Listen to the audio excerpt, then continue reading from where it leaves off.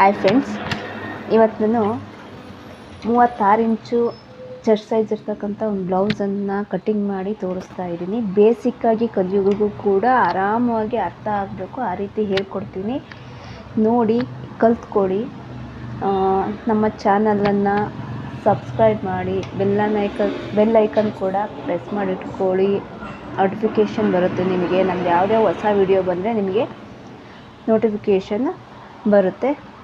ಇವತ್ತು ನಾವು 36 ಇಂಚು chest size ಇರ್ತಕ್ಕಂತಹ ಬ್ಲೌಸನ್ನು ಲೈನಿಂಗ್ ಮೇಲೆ ಕಟ್ ಮಾಡಿ ತೋರಿಸ್ತಾ ಇದ್ದೀನಿ. ಇದು ಮೇನ್ ಕ್ಲಾತು, ನಾನು ಲೈನಿಂಗ್ ಮೇಲೆ ಕಟ್ ಮಾಡಿ ತೋರಿಸ್ತಾ ಇದ್ದೀನಿ.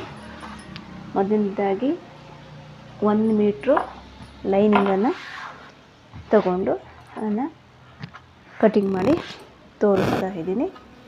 ಈ ರೀತಿಯಾಗಿ ಫೋಲ್ಡಿಂಗನ್ನು ಮಾಡ್ಕೊಳ್ಳಿ. ಇದು ನೋಡಿ, ಡಬಲ್ ಫೋಲ್ಡಿಂಗ್ ಇದೆ. ನೀಟಾಗಿ ಜೋಡಿಸ್ಕೊಂಡು ಅಳತೆ ಬ್ಲೌಸನ್ನು ಇಟ್ಕೊಂಡು ಬ್ಲೌಸನ್ನು ಕಟ್ ಮಾಡಿ ನಾನು ತೋರಿಸ್ತಾ ಇದ್ದೀನಿ. ಒಂದು ಅರ್ಧ ಇಂಚು ಕೆಳಗಡೆ ಮಾರ್ಜಿನ್ಗೋಸ್ಕರ ಲೈನನ್ನು ಹಾಕ್ಕೊಳ್ಳಿ. ಕೆಳಗಡೆ ಮಾರ್ಜಿನ್ ಬೇಕು, ಹಾಗಾಗಿ ಅರ್ಧ ಇಂಚನ್ನು ಮಾರ್ಕ್ ಮಾಡ್ತಾ ಇದ್ದೀನಿ. ಇನ್ನು ಲೆಂತನ್ನು ನೋಡ್ಕೋಬೇಕು. ಬ್ಯಾಕ್ ಪಾರ್ಟನ್ನು ಕಟ್ ಮಾಡ್ತಾ ಇದ್ದೀನಿ ನಾನು ಮೊದಲನೇದಾಗಿ. ಇದು ಲೆಂತ್ ಬಂದು ಇದು 13.5 ಇಂಚ್ ಬರ್ತಾ ಇದೆ. 13.5 ಇಂಚು ಬ್ಯಾಕ್ ಲೆಂತು ಮಾರ್ಕನ್ನು ಮಾಡ್ಕೊಳ್ಳಿ. 13.5 ಇಂಚಿಗೆ ಈ ರೀತಿಯಾಗಿ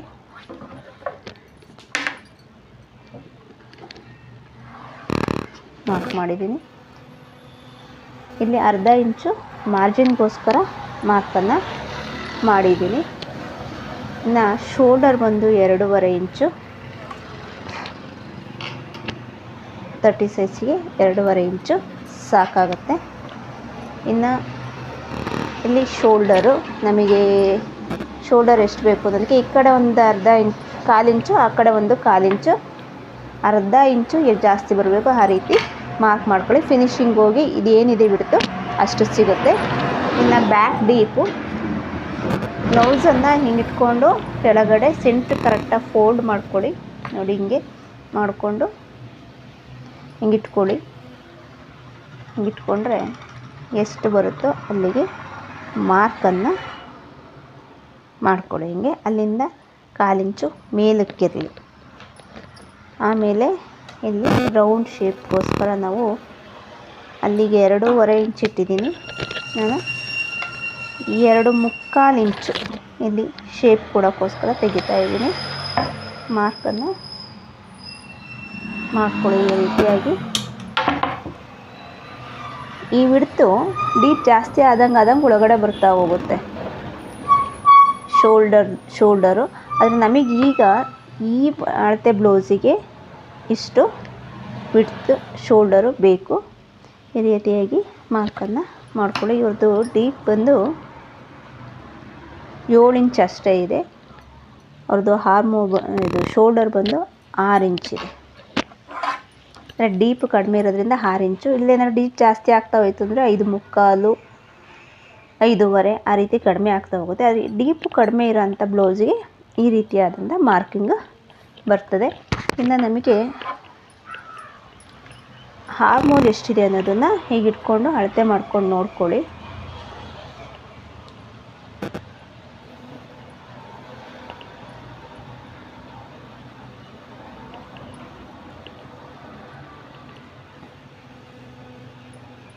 ಈ ಹೊಲಿಗೆ ಪಾಯಿಂಟಿಂದ ಇಲ್ಲಿ ಎಡ್ಜು ಹೊಲಿಗೆ ಪಾಯಿಂಟು ನಮಗೆ 8.5 ಬರ್ತಾ ಇದೆ. ನೀವು ಕೂಡ ಇದನ್ನು ನೀಟಾಗಿ ಇಟ್ಕೊಂಡು ಈ ರೀತಿ ಚೆಕ್ ಮಾಡ್ಕೊಳ್ಳಿ.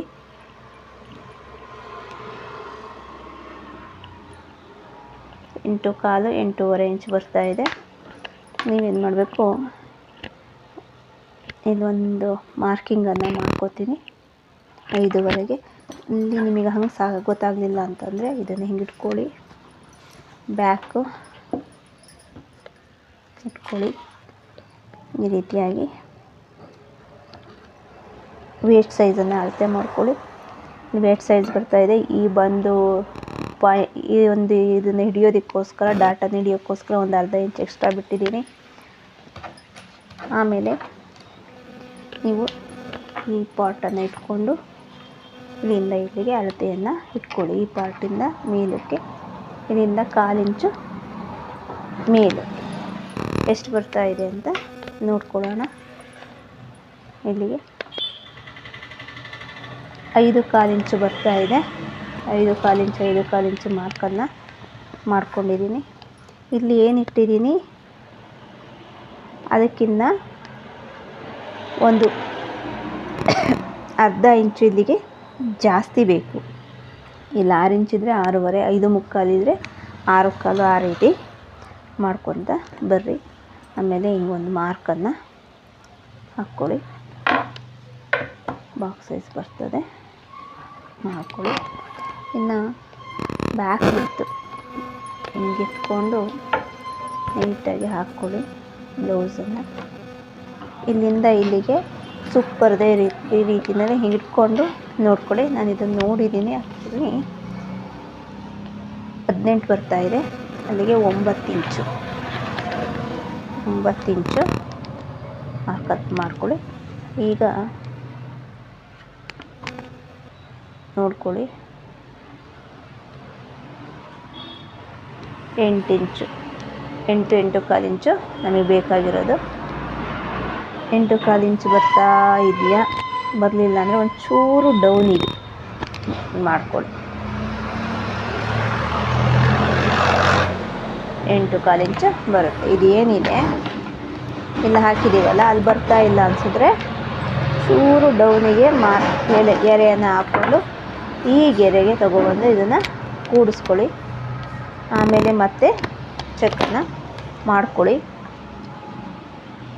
ಬರ್ತಾ ಇದೆಯಾ ಅಂತ. 8.25 ಇಂಚು ಬರುತ್ತೆ. ಆಮೇಲೆ ರೀತಿಯಾಗಿ ಕಟಿಂಗನ್ನು ಮಾಡ್ಕೊಳ್ಳೋಣ.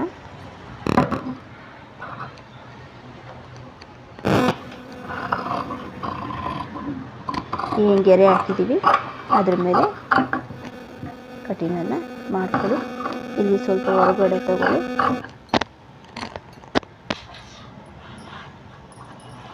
ನಾನು ಚೂರು ತಿರುಗಿಸಿ ಕಟ್ ಮಾಡ್ತಾ ಇದ್ದೀನಿ ಕಂಫರ್ಟಬಲ್ಗೋಸ್ಕರ. ಈ ರೀತಿಯಾಗಿ ಹಾರ್ಮೋನನ್ನು ಕಟ್ ಮಾಡ್ಕೊಳ್ಳಿ. ಇಲ್ಲಿ ಹಾರ್ಮೋಲ್ವರೆಗೂ ಹಾಕಿದ್ದೆ. ಈಗ ಮಾರ್ಜಿನಿಗೆ ನಮಗೆ 2 ಇಂಚು ಜಾಸ್ತಿ ಬೇಕು, ಅದನ್ನು ಕೂಡ ಮಾರ್ಕನ್ನು ಮಾಡ್ಕೊಳ್ಳೋಣ. ಇದು 2 ಇಂಚ್ ಮಾರ್ಜಿನ್ಗೋಸ್ಕರ ಕಟ್ ಮಾಡಿ. ಇದು ಬ್ಯಾಕ್ ಪಾರ್ಟ್ ರೆಡಿಯಾಗಿದೆ. ಫ್ರಂಟ್ ಪಾರ್ಟನ್ನು ಕಟ್ ಮಾಡೋಣ.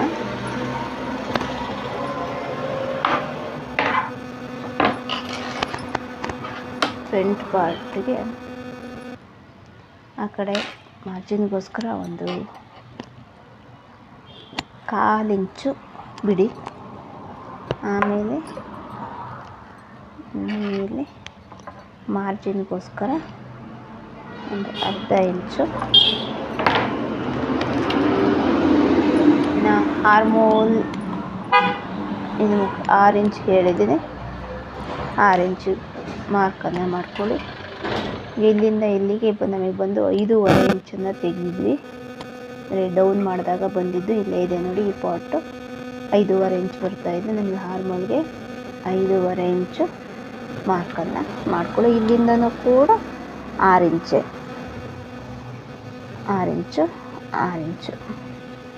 ಮಾರ್ಕನ್ನು ಮಾಡಿಕೊಂಡು ಗೆರೆಯನ್ನು ಹಾಕ್ಕೊಳ್ಳಿ. ಇಲ್ಲಿ ಕಡಿಮೆ ಮಾಡೋಂಗಿಲ್ಲ. ಇಲ್ಲಿ ಏನಿರುತ್ತೆ 6 ಇಂಚು, ಅದೇ 6 ಇಂಚು ಇಲ್ಲಿಗೂ ಬರುತ್ತೆ.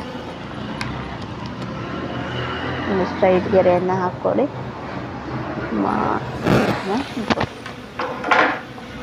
ಆಯಿತು. ನಮಗೆ ಡೀಪ್ ಬೇಕು. ನೀನು 2.25 ಇಂಚು ಅಲ್ಲಿಗೆ ಇಟ್ಕೊಂಡು 2.25 ಇಂಚು ಈ ಬ್ಲೌಸನ್ನೇ ಹಿಂಗೆ ಹಾಕ್ಕೊಳ್ಳಿ. ಹಾಕ್ಕೊಂಡು ನೋಡಿ ಈ ರೀತಿ ಇಟ್ಕೊಳ್ಳಿ. ಕರೆಕ್ಟಾಗಿ ಈ ಗೆರೆಗೂ ಈ ಹೊಲಿಗೆಗೂ ಇರಲಿ.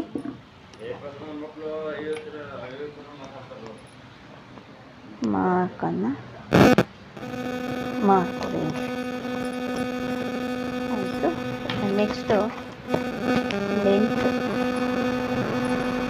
ಫ್ರಂಟ್ ಲೆಂತ್ ನೋಡ್ಕೋಬೇಕು. ಏನಿದೆಯಲ್ಲ ಈ ಹೊಲಿಗೆಯಿಂದ ಅಳತೆಯನ್ನು ತಗೊಳ್ಳಿ. ಆ ಹೊಲಿಗೆಯಿಂದ ಇಲ್ಲಿದೆಯಲ್ಲ ಇಲ್ಲಿ ಎಡ್ಜ್ 12.5 ಬರ್ತಾಯಿದೆ. 12.5ಗೆ ಮಾರ್ಕ್ ಮಾಡಿ ಇಲ್ಲಿ ಅರ್ಧ ಇಂಚು ಫಿನಿಶಿಂಗ್ ಹೋಗಿ 12 ಉಳ್ಕೊಳ್ಳುತ್ತೆ.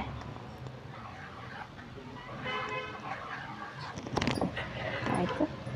ನೆಕ್ಸ್ಟು ಇಟ್ಕೊಳ್ಳೋಣ. ಒಂಚೂರು ಡಾಟ್ ಪಾಯಿಂಟನ್ನು ಹಾಕೋಣ. ಇಲ್ಲಿಂದ ಇಲ್ಲಿಗೆ 4 ಇಂಚು.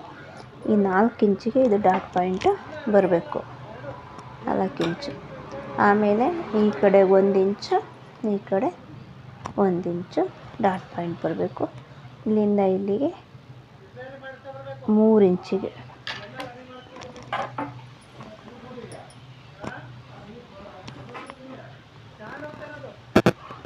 ಹಾಕ್ಕೊಳ್ಳಿ.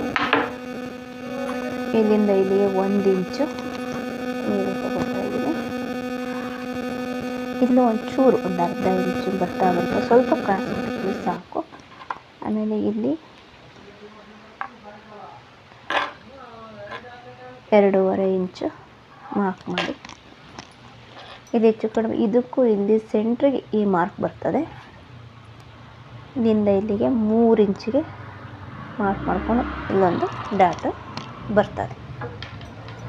ಇಷ್ಟು ಫ್ರಂಟ್ ಪಾರ್ಟಿಗೆ ಮಾರ್ಕಿಂಗು. ಮಿಡಲ್ ಚೆಸ್ಟ್ ಬಂದು ಇವರಿಗೆ 9.5 ಇದೆ. ಇಲ್ಲಿಂದ ಇದು 9.5 ಇದೆ. ನೀವು ಹಿಡ್ಕೊಂಡು ಲೆಕ್ಕ ಹಾಕ್ಕೊಂಡು ನೋಡ್ಕೊಳ್ಳಿ. 9.5 ಇಂಚು ಬರುತ್ತೆ. ಆಮೇಲೆ ಅದು ಡಾಟ್ ಪಾಯಿಂಟ್ ಎಲ್ಲ ಹಿಡಿದು ಆದಮೇಲೆ ನನಗೆ 9 ಇಂಚು ಬಂದರೆ ಸಾಕು. ಇನ್ನು ಮಾರ್ಜಿನ್ಗೋಸ್ಕರ 2 ಇಂಚು ಎಕ್ಸ್ಟ್ರಾ ಇಟ್ಟಿದ್ದೀನಿ. ಇಲ್ಲೊಂದು ಗೆರೆಯನ್ನು ಹಾಕ್ಕೊಳ್ಳಿ. ಹಿಂಗೆ ಹಾಕ್ಕೊಂಡ್ರೆ ಇಲ್ಲಿಗೆ ಅಲ್ಲಿಂದ ಅಲ್ಲಿ ಸ್ಟ್ರೈಟಾಗಿ ಕಟ್ ಮಾಡ್ಬೋದು. ನಿಮಗೆ ಜಾಸ್ತಿ ಮಾರ್ಜಿನ್ ಬೇಕು ಅಂದರೆ ಇಟ್ಕೋಬೋದು. ನಾನು ಚೂರು ಅಲ್ಲಿ ಕಟ್ ಮಾಡ್ತಾಯಿದ್ದೀನಿ. ಸ್ವಲ್ಪ ಕಠಿಣನೆ ಮಾಡಿ ಈ ಸ್ಟ್ರೈಟ್ ಬರುತ್ತೆ. ಏನು ಮಾರ್ಕ್ ಮಾಡಿದ್ವಿ ಅದರಿಂದ ಕಟ್ ಮಾಡ್ಬೋದು ಅಷ್ಟೇ. ಇನ್ನು ಆರ್ಮೋಲ್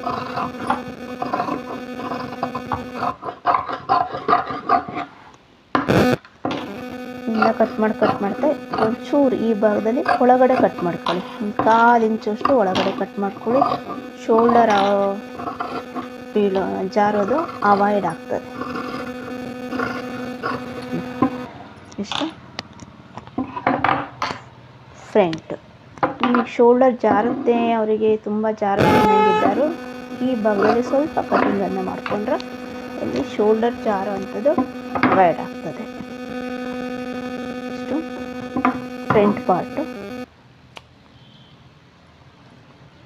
ಇಲ್ಲಿ ಕಚ್ಚನ್ನು ಹೊಡ್ಕೊಳ್ಳಿ. ಸ್ಟಿಚಿಂಗಿಗೆ ಈಸಿ ಆಗ್ತದೆ, ವೇರಿಯೇಷನ್ ಆಗಲ್ಲ. ಇಲ್ಲೂ ಕೂಡ ಇಟ್ಕೊಂಡು ಒಂದು ಕಚ್ಚು ಹೊಡ್ಕೊಳ್ಳಿ.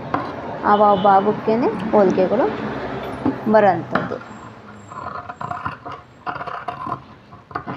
ಇಲ್ಲಿ ಹೆಂಗೆ ಮಾರ್ಕಿಂಗ್ ತೊಗೋತೀರಾ ಅಂದರೆ ಈ ಭಾಗಕ್ಕೂ 3/4 ಇಂಚು ನನಗೆ ಗ್ಯಾಪ್ ಇರುತ್ತೆ. ಇದು ಫ್ರಂಟ್ ಪಾರ್ಟ್ ಆಯಿತು. ಸ್ಲೀವ್ಸನ್ನು ಕಟ್ ಮಾಡ್ಕೊಳ್ಳೋಣ. ಸ್ಲೀವ್ಸು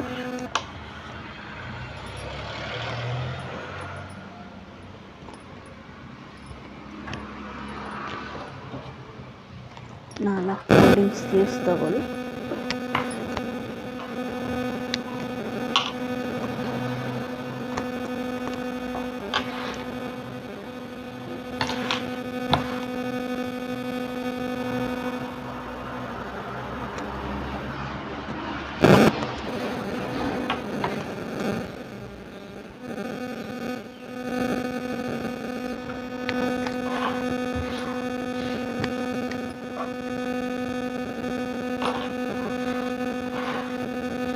ಇದು 4 ಫೋಲ್ಡಿಂಗ್ ಸ್ಲೀವ್ಸ್ಗಾಯಿತು.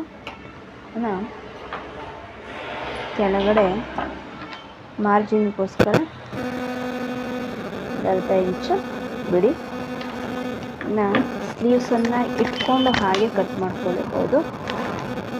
ತೋರಿಸ್ತೀನಿ. ಕರೆಕ್ಟಾಗಿ ಈ ವರ್ಗೆ ಗೆರೆ ಕರೆಕ್ಟಾಗಿ ಇಟ್ಕೊಳ್ಳಿ. ಹೀಗೆ ಸ್ಲೀವ್ಸನ್ನು ಬಿಗಿಯಾಗಿದ್ದೆ ಅಂತ ಇಟ್ಕೊಂಡು ಇಲ್ಲಿಗಿನ್ನ ಏನು ಒಂದು 1/4 ಇಂಚು ಎಕ್ಸ್ಟ್ರಾ ಮೇಲೂ ತಗೊಳ್ಳಿ. ಇಲ್ಲೂ ಅಷ್ಟೇ ಒಂದು 1/4 ಇಂಚು ಮೇಲೆ ತಗೊಳ್ಳಿ. ಈ ಭಾಗ ಅಂದರೆ ಇಲ್ಲಿಂದ ಇಲ್ಲಿಗೆ ಹಿಡ್ಕೊಂಡ್ರೆ ಇನ್ನು ಸ್ಟ್ರೈಟ್ ಬರ್ತಲ್ಲ, ಆ ಭಾಗದಲ್ಲಿ ಎಷ್ಟು ಜಾಗ ಇದೆ ಆರ್ಮೋಲಿಂದ ಇಲ್ಲಿ 7 ಇಂಚ್ ಬರ್ತಾ ಇದೆ. ಅವ್ರಿಗೆ ಬಿಡ್ತು 7 ಇಂಚು ಇಟ್ಕೊಂಡ್ರೆ ಅದಕ್ಕೆ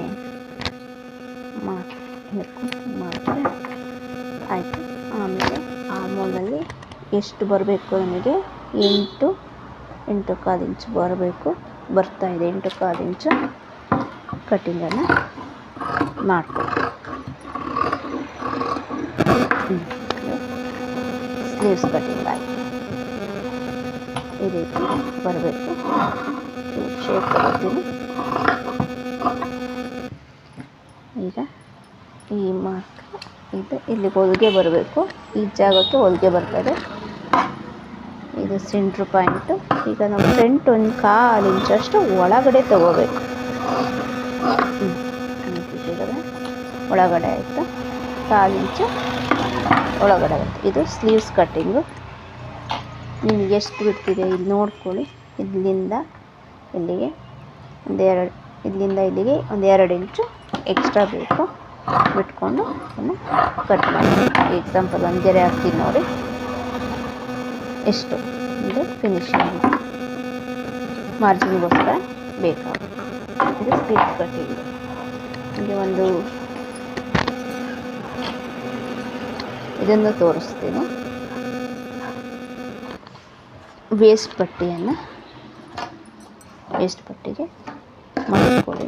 ಎಕ್ಸ್ಟ್ರಾ ಪೀಸ್ ಇರುತ್ತೆ ಅದರಲ್ಲಿ ಇಟ್ಕೊಂಡು ಈ ವೇಸ್ಟ್ ಪಟ್ಟಿಯನ್ನು ಇಟ್ಕೊಂಡ್ರೆ ನಿಮಗೆ ಗೊತ್ತಾಗುತ್ತೆ. ಇಟ್ಕೊಂಡು ಕೆಳಗಡೆ ಒಂದು 1/4 ಇಂಚ್ ಮಾರ್ಜಿನಿಗೆ ಬಿಟ್ಟು ಇಟ್ಕೊಳ್ಳಿ.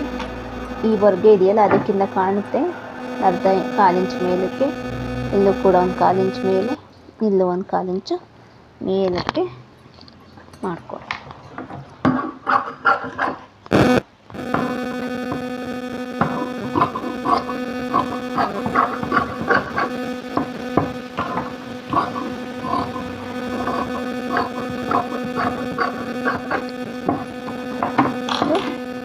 ವೇಸ್ಟ್ ಪಟ್ಟಿ ಈ ಥರದ್ದು 4 ಬೇಕಾಗುತ್ತೆ. ಸ್ಲೀವ್ಸು, ಫ್ರಂಟು ಮತ್ತು ಬ್ಯಾಕ್. ಇಷ್ಟು ಬ್ಲೌಸು,